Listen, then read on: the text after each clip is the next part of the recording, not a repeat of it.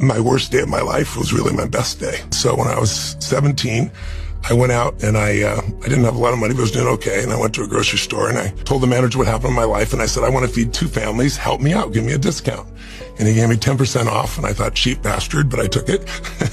I had the most enjoyable shopping. I took 2 shopping carts and just filled it up for 2 families. And then I called this church and I said, who do you know that needs help but won't ask for it, won't come for it? And they gave me 2 families' names. And so I wrote a little note. I just put, this is a gift from a friend. Everyone has tough times. I hope you have a beautiful Thanksgiving. And someday, if you can, pay this forward. I didn't use the word pay it forward. I said, do this for someone else. But now you look at us, pay it forward. And I put, love a friend. And then I realized I was going to the barrio area of the city. And I was like, maybe they don't speak English. So I had a friend of mine write in Spanish on the back. So I figured I could flip it over.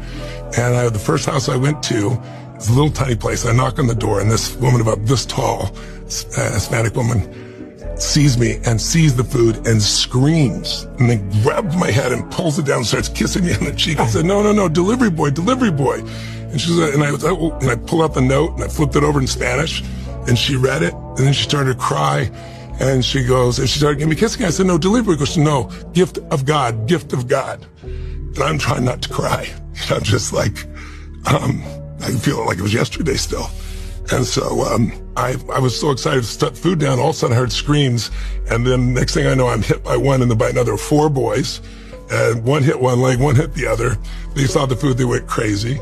And I said, come help me. It had other stuff in the van. And we bottled this food in, and then it was time to go. And the father had left them, I found out later, 4 days before Thanksgiving with no money and no food.